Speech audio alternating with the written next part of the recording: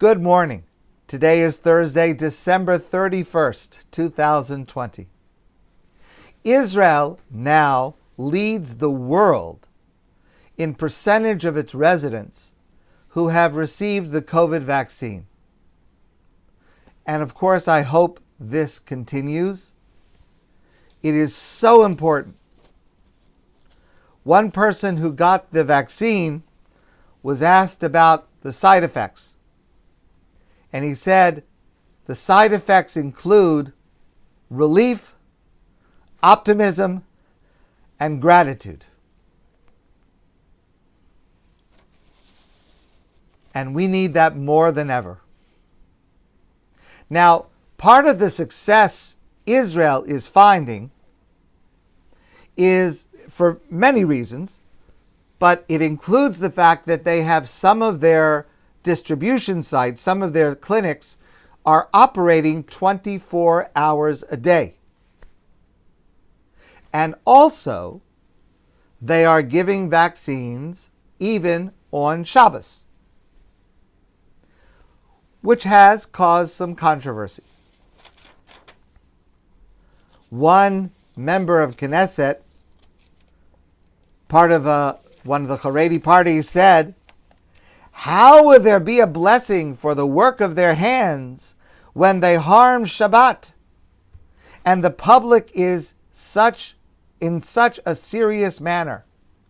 He asked rhetorically. So, let's try to understand this. The reason to allow the vaccines to continue even on Shabbos is because it's in the category of pikuach nefesh, the possibility to save people's lives. A person could get sick, and God forbid their life could be in danger. This will help to prevent that. This will help to prevent infecting other people. It saves lives. And therefore, as a general rule, we know that when there's the possibility to save someone's life, all the laws of Shabbos are set aside.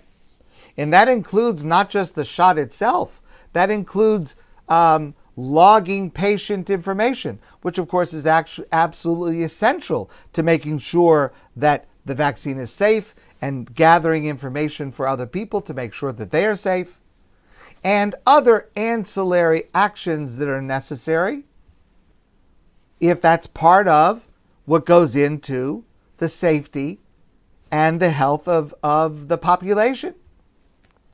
Even if it means driving to the appointment on Shabbos, which normally is a violation of the laws of Shabbos, but if it is in order to help save lives, protect lives, all the laws of Shabbos are set aside, including, if you live far away, to drive to the appointment.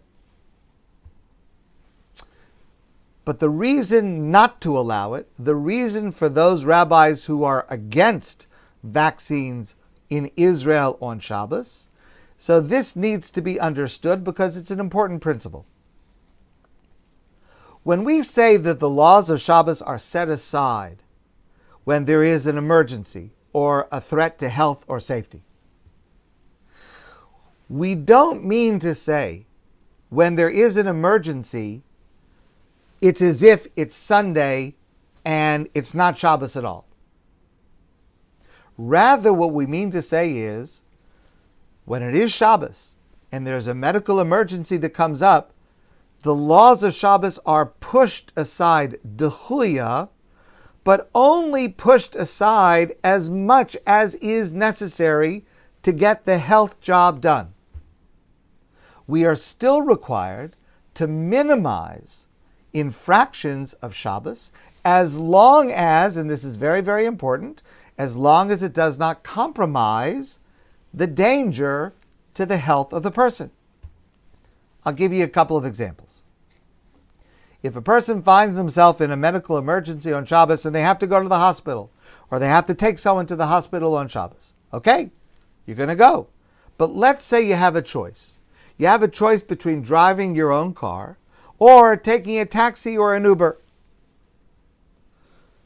It would be preferable to take a taxi or an Uber because to drive your own car is an Isur D'Oraisa biblical prohibition.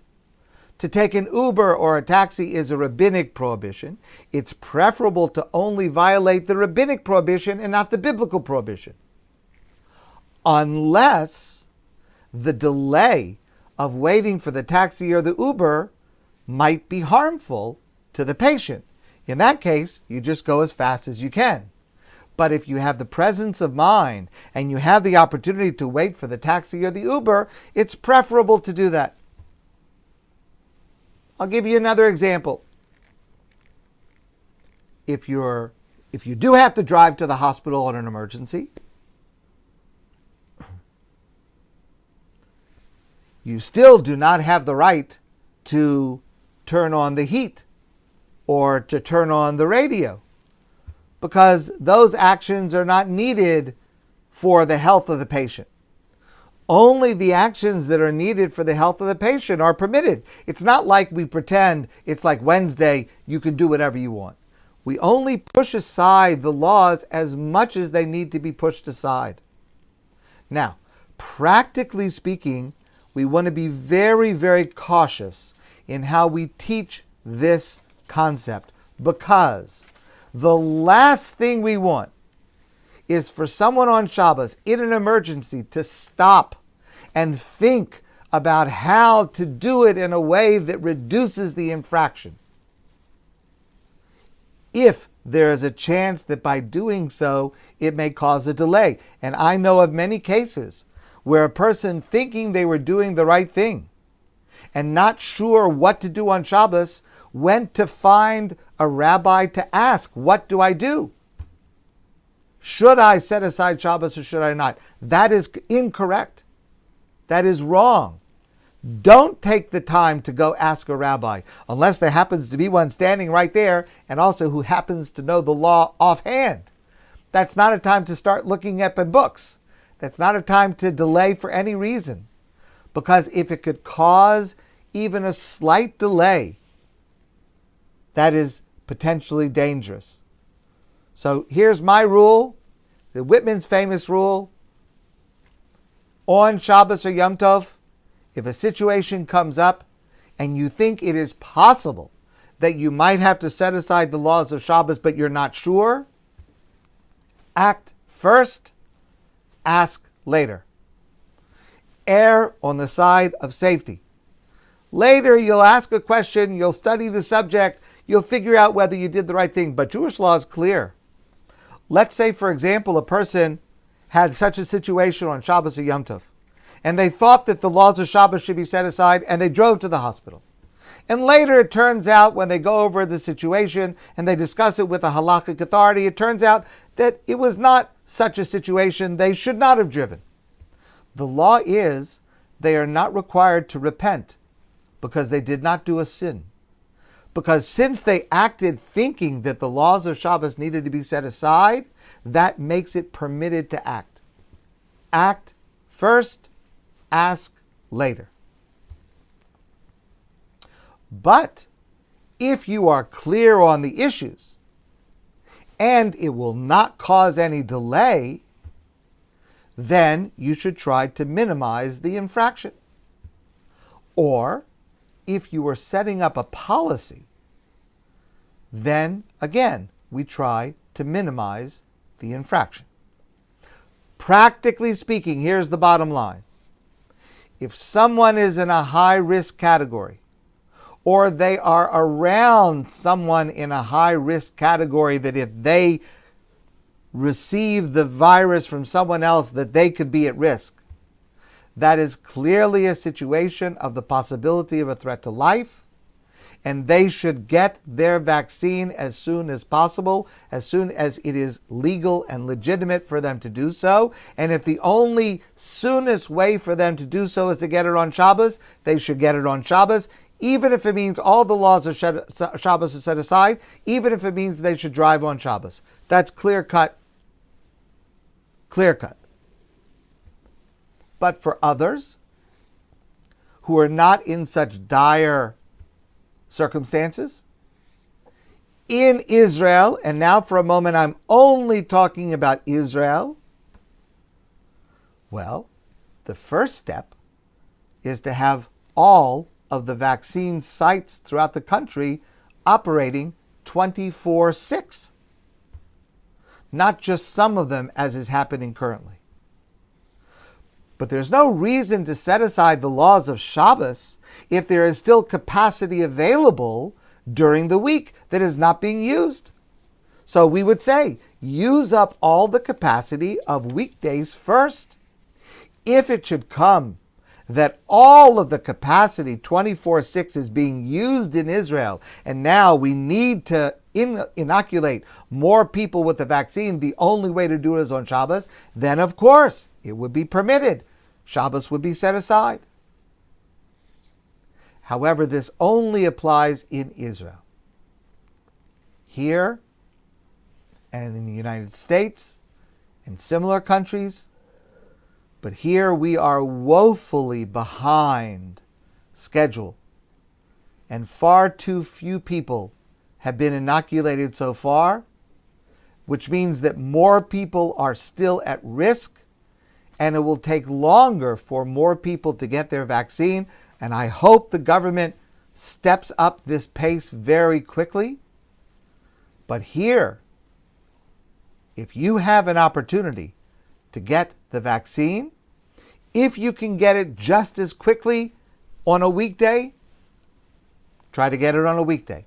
Because if you don't have to set aside the laws of Shabbos, better not to if you don't have to. However, if the earliest opportunity you have to get the vaccine legitimately and safely is on a Shabbos, then all the laws of Shabbos are set aside and you should get the vaccine. If you're able to, you should try to minimize the infractions of getting that shot. For example, if you can walk to the place where the vaccine is being given, it's preferable. But if you have to drive, drive. Because in our circumstance, in our context, getting it as soon as possible is critical for our health and the health of those around us. If you have a chance to get the shot early, again, in a legitimate and legal manner, and it happens to be Shabbos, take the shot. Do not delay. Now, these are general principles that apply whenever we consider setting aside the laws of Shabbos or Yom Tov for urgent medical issues. And it is important to study beforehand. If you anticipate there will be some kind of an issue coming up for you on a Shabbos or Yom Tov, to try to figure out how to minimize the infractions without causing a delay. But on Shabbos or Yom Tov, when an urgent issue comes up, remember my rule. Act first, ask later, and take the shot. My friends, I wish you a great day. Stay healthy and stay safe. I look forward to seeing all of you soon in person.